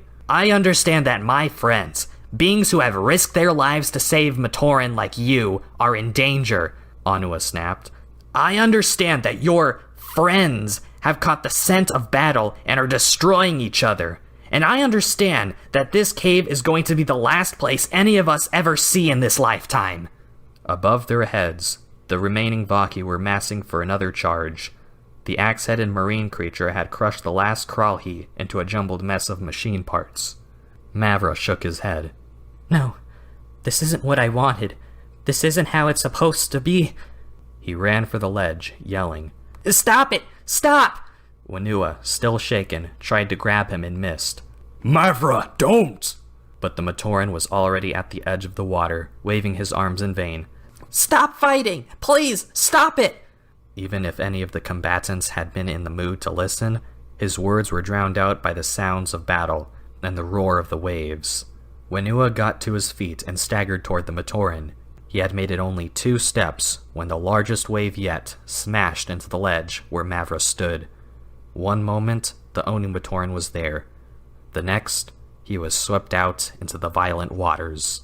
The Toa of Earth charged forward, only to be grabbed by Anua. Whenua, no, it's too late, Anua said. The Rahi are out of control. You'll never find him in that. You'll be lost too. But he's my friend, Whenua said, even as he realized that Anua was right. Nothing could survive in the cauldron the lake had become. I know, Anua replied, and so am I. Vakama looked up to see Anua and Whenua running toward him. Nuju and Nokama had just finished driving the Rahi back underwater and sealing the hole in the cave floor with ice. Did you find the transport? Asked Anua. Yes, it's not far. Then we need to go, said the Toa of Stone, while we still can. What about the Vaki? Won't they ever chase? Asked Matau. Anua shook his head. Stop worrying, Usul Rider, and start running. Vakama led the way through the tunnels and back to the transport. While the others got on board, Matau flew ahead to scout. He returned in a matter of moments with a rare piece of good news. All open clear ahead, he reported. This tributary bypasses the lake and the Rahi beasts, and feeds back into the river. Whenua and Anua pushed the transport off the rocky shelf and back into the water, then swiftly climbed on board. No one said anything about the missing Matoran sphere. They knew that if they did not get moving, the other 5 spheres would be lost as well, along with all hope for the sleeping Matoran back in Metru Nui. Matau took the controls, and they moved quickly down the tributary, each alone with their own thoughts. The sounds of battle faded, then grew louder again as they drew near the river. Then the transport shot through rapids and landed in another, wider tunnel. Behind them, they could see the Rahi still battling Vaki and each other. One airborne Vorzak spotted the transport. Immediately, all thoughts of the fight were forgotten. Something was fleeing. Vaki were designed to chase anything that fled. It signaled to its companions, and 6 Vaki took off after the Toa, rapidly gaining ground. Vakama glanced over his shoulder and saw the mechanized guardians of Metru Nui closing in. I'll slow them down, he said to Anua. You stop them. Do you know what you're asking? Answered the Toa of Stone. We'll never be able to come this way again. Then we find another route, Vakama said, loosing a barrage of fireballs on the oncoming Vaki. We're going to find a new world, Anua, and I don't want Vaki to be a part of it. The Toa of Fire's elemental powers had not stopped the Vaki, but having to dodge his flames had delayed them and broken their formation. Anua summoned all his energies and focused them on the roof of the tunnel. The rock was his to command, and by his will, a tunnel that had existed for ages began to collapse. The Vaki dodged the first stones, but the destruction continued, until finally the roof caved in all along the passage. The Vaki disappeared beneath an avalanche of rock. Matau brought the transport to a stop. All 6 Toa Metru looked at the wall of stone that now blocked the tunnel. I feel like that barrier is a sign, said Nokama quietly, almost as if the Great Spirit is telling us we will never return to Metru Nui. We'll go back, Vakama assured her. We must. We still have a destiny to fulfill. Before we can go back, we have to go forward, said Whenua. That was what Mavra couldn't see. He became so fixed on what he might be losing, he forgot to look ahead to all the future might have held for him. Nuju nodded. Like so many Matoran, And too many Matoran. He tried to hide away from the world. A Vaki staff floated to the surface of the water. Vakama fished it out and snapped it in two over his knee. But the world always finds you, the Toa of Fire said, discarding the pieces over the side of the Lekon. Chapter 9. The transport idled in the water. The last few tight turns had damaged some of the legs, and Whenua and Anua were doing repairs. Nokama sat on the deck, her legs hanging over the side. She had cleaned Matau's makuta fish and was using a sharpened rock to whittle at the bones. "What are you making?" Vakama asked, sitting down beside her. "A trident, like the Gamatoran fish catchers use," she replied. "It will be a reminder of all we saw and experienced on this journey." "I hope we are near the end. The water level in the tunnel is rising. It will be completely flooded soon." Nokama paused to examine her work. "Do you think there will be other Toa where we are going, Vakama?" The Toa of Fire shrugged. "I don't know. If not, perhaps someday there will be. I'm sure our new home will have its share of dangers, and the Matoran will need defenders." "And we will be wise old Taraga," Nokama said, smiling. "Good for telling stories, judging Alkalini matches, and watching Matau try to fly a gecko bird without falling off. Can't you just see it?" She slipped off the transport and into the water. "I think perhaps we should leave this place a remembrance of us, for we won't pass this way again." Using the sharp edge of her hydroblade, she began to carve patterns in the rock wall. When she was done, she turned to Vakama. "Not as good as what Anua would do, but what do you think?" The Toa of Fire looked at the newly carved image of the 6th Toa Metru and smiled. "You should have been a Matoran," he said. "It's a shame no one else will ever see this." "It's amazing! Amazing!" The two Toa turned to see Matau flying in excited circles above the ship. "I found the new world home! It's... You have to come see!" the Toa of Air shouted. "Can the transport get us there?" Vakama asked Anua. "If I say yes, will he stop yelling?" "Probably." "Then yes," said the Toa of Stone. Long before they emerged from the tunnel, they were shielding their eyes from the light. Whenua in particular had to squint. Mata Nui, if this place is so bright, how will we see anything? He said. Then suddenly, they were out on the open sea again, with a whole new universe around them. Light, blazing like the fire of the great furnace, spilled down from a bright, yellow orb in the sky. The waters stretched out to the horizon, with no great stone barrier to enclose them. Above their heads, seabirds wheeled and screeched what might have been a welcome or a warning. "By the Great Spirit, it's incredible," whispered Nokama. "Such beauty." She reached down and caught some water in her cupped hand. Cautiously, she brought it to her mouth and took a taste. She immediately spat it back out. "This is not water," she said.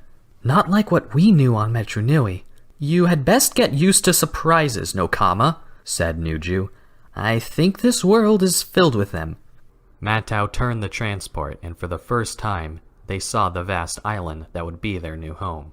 It was many times the size of Metru Nui, with mountains far higher than those of Po Metru, and great expanses covered with vegetation. At first, Vakama looked at all the plant life and wondered if perhaps this place was the domain of the Morbizak. Then he saw that the growing things here were lush and green, not withered and blackened, like the vines that had menaced his city. Nothing stirred on the beach. Beyond the birds overhead, there seemed to be no animal life on the island. The white sands looked as if no one had ever walked upon them before. All the 6 Toa gazed upon the island with a mixture of awe, hope, and uncertainty. "Where is the power plant?" asked Whenua. "Where are the chutes? The moto hub? Even an assembler's village would look good now." "This is a wild place," said Vakama. "We are going to have to build our own lives here, for ourselves and the Matoran, without the comforts of Metru Nui." "Right," said Anua, his voice heavy with sarcasm. "And then Matau will go live in a tree." "The carver does have a point," said Nuju. "It is a wondrous place, but how can we expect the Matoran to live here? Can we build a civilization in this wilderness?" "We'll find a way," said Vakama, with more confidence than Nokama could ever recall hearing in his voice. That is why the Great Spirit Metru Nui guided us here and kept us safe on our journey. This will be our home and our haven. Then why do I feel like we have left a paradise behind in favor of a very, very strange place? Asked Whenua.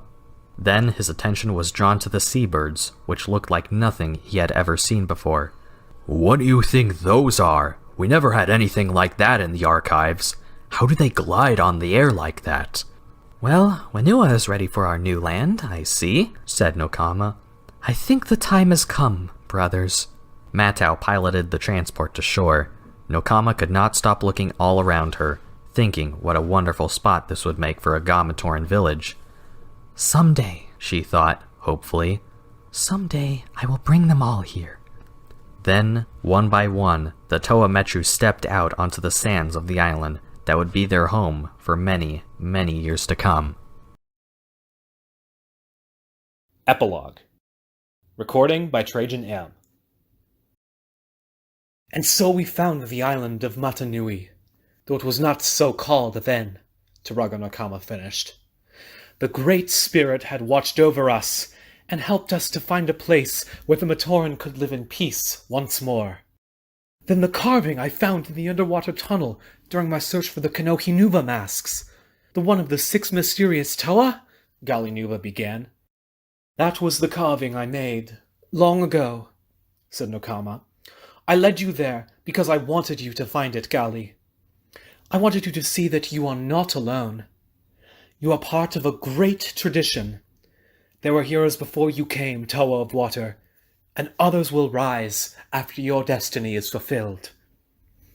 Tahu Nuva spoke then, clearly uncomfortable about what he had to say.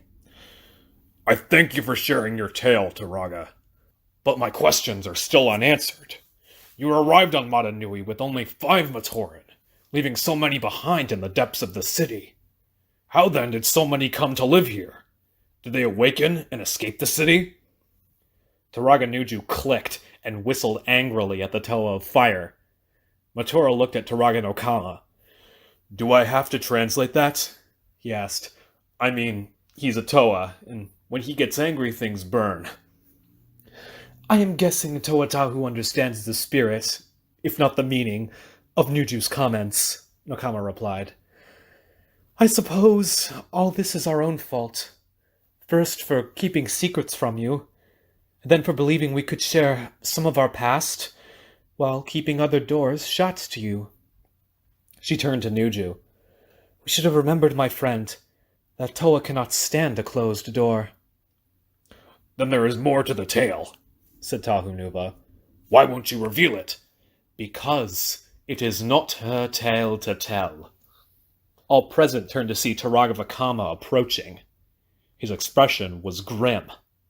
Feeling the power and wisdom that radiated from him, it was hard to believe he had ever been an uncertain Matoran forced into a hero's role. Tell me, Toa of Fire, of what are you most afraid? The Turaga asked. Tahu Nuva thought back on all the enemies he had faced. Makuta, the Borak, the Barag, the Borak Kul, the Rahi, the Rakshi.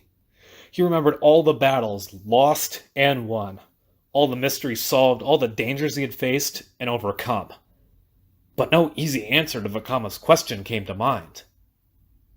If you fear nothing at all, said the Turaga, then you are a fool, and you will not understand my tale. It would be a waste of time to tell it. In times past, Tahu would have reacted to such words with rage, but he had learned much about himself during the battle with Makuta and the Rakshi. When he spoke, it was firmly and quietly.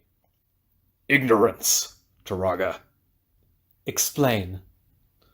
I worry, I am afraid, that one day I might lead my friends into danger, even cost them their lives, because I did not know all that I should have known. Vakama smiled. Then you are not a fool, Tahu. You are a leader, for that is what every leader dreads. I hope it is a nightmare you will never see come true. At Vakama's words, Nokama and Nuju had turned away. There had been something in the tone of them that clutched at Gali's heart. For a moment, she wished that she could block all sound and not have to listen to the stories to come. "You have heard tales of betrayal and hope," said Vakama, "of power lost and power gained. From my lips you have learned of the paradise that was the city of Metru Nui. Through my stories, you have faced Makuta once more, when his darkness was newly born." The Turaga shook his head sadly. "But you know nothing of what the city became. Nothing of true shadow. And nothing of the terrible choices the hero must make. Choices that must haunt his every waking hour for centuries." Vakama looked up. In his eyes, Tahu could see some of the fire that had once been there when he was a Toa Metru, long ago. "So this is what I will do for you, Tahu Nuva," the Turaga said. "I will tell you another tale. You and all of your fellow heroes of Mata Nui. I will spare no detail. And when I am done, you will have a choice. If you wish me to be silent, I will say no more, and you can be content with what you know." Vakama's tone grew as dark as Makuta's lair. "Or, bid me speak on, Toa of Fire, and I will reveal to you the shapes in the shadows, and the true meaning of fear."